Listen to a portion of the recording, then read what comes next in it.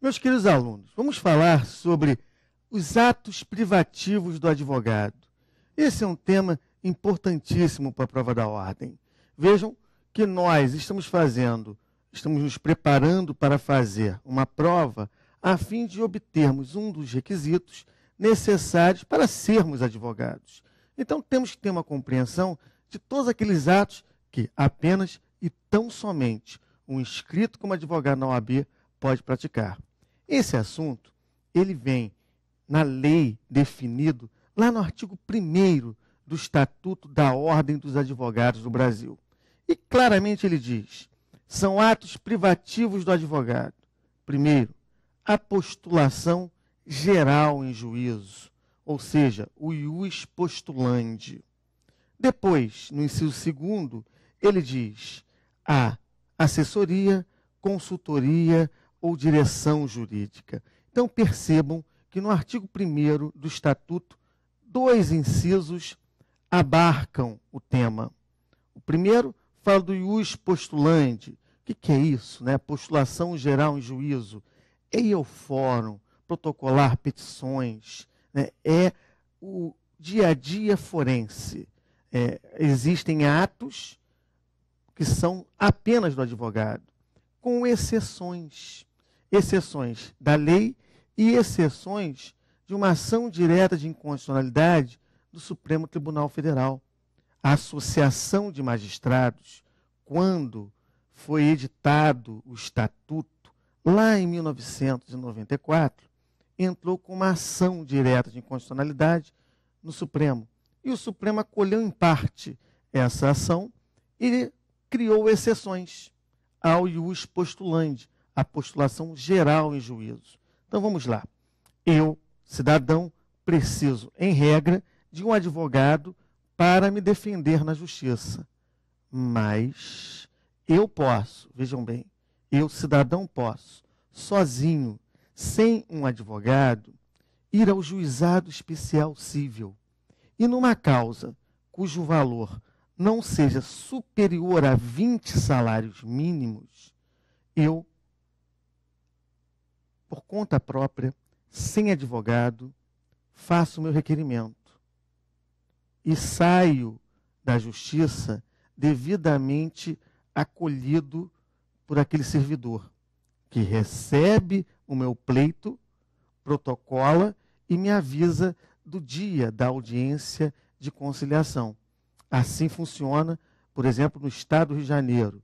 Existem outros estados da federação em que você dá entrada, o cidadão protocola lá o seu pedido sozinho e depois ele é intimado do dia da audiência. Mas o que importa é que ele está liberado de contratar um advogado. Isso em sede de juizado, até o limite de 20 salários mínimos. Todavia, importante que se diga isso, se houver recurso para a turma recursal, é necessário um advogado, porque a dispensa do ius postulandi é só em primeira instância. Essa é a primeira exceção, mas nós temos outras que merecem destaque. A justiça de paz, por exemplo. Aqueles que desejam se casar não precisam de um advogado para ir ao cartório e fazer o requerimento de habilitação ao matrimônio. Basta que paguem a taxa, apresentem os documentos exigidos por lei e eles próprios dão entrada no pedido do casamento. Justiça de paz. A outra hipótese que merece ser destacada entre nós é o habeas corpus. Esse remédio constitucional para ameaça ou violação do direito de ir e vir é fundamental para a garantia da liberdade, do Estado Democrático de Direito, e por isso qualquer cidadão, mesmo que não seja advogado, poderá ingressar em qualquer tribunal com essa medida.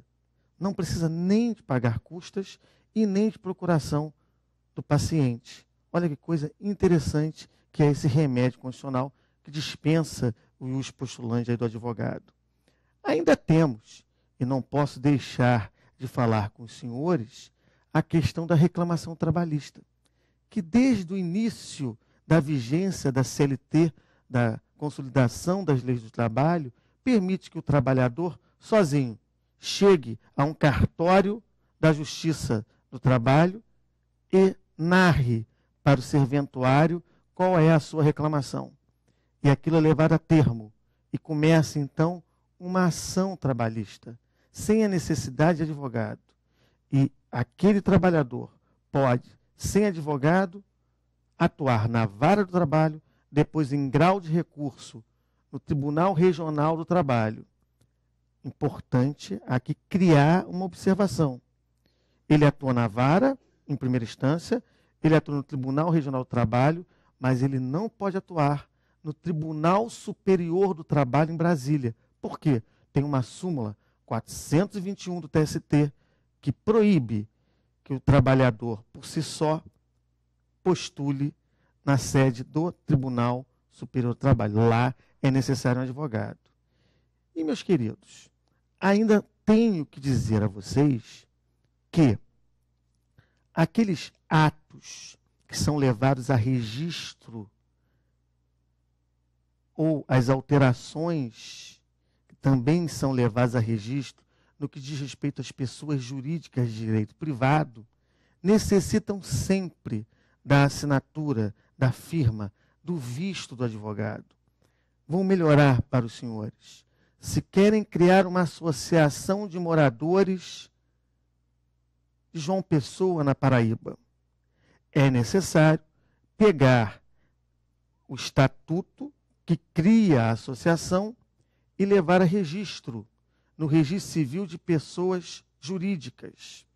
Para tanto, um advogado há de firmar todas as páginas do estatuto.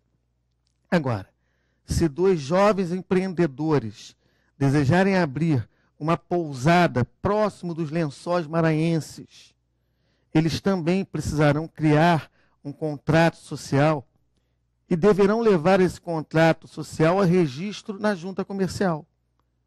Esse contrato necessita da assinatura dos advogados, da firma, do visto dos advogados. Agora percebam, existe uma lei, que é a Lei Complementar 123 de 2006, que cuida da micro e pequena empresa, empresas de pequeno porte, e lá está claro, está dito de forma expressa, que não é necessário a assinatura do advogado no que diz respeito aos atos constitutivos e alterações da microempresa e empresa de pequeno porte. Isso para quê?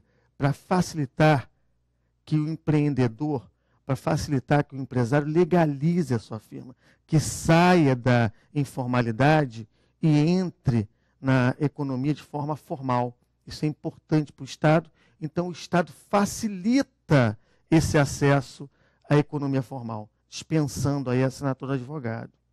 Então, vejam, meus queridos, esses são os atos privativos do advogado que nós devemos nos lembrar no dia da prova. Os atos e as exceções que dispensam o advogado. Sempre teremos, nas edições dos exames de ordem, pelo menos uma questão em ética e deontologia, Estatuto da Ordem, sobre esse tema. Então, fica aí a minha dica e um desejo que os senhores compreendam o Instituto para que acertem a questão no dia da prova. Muito obrigado. Até a próxima.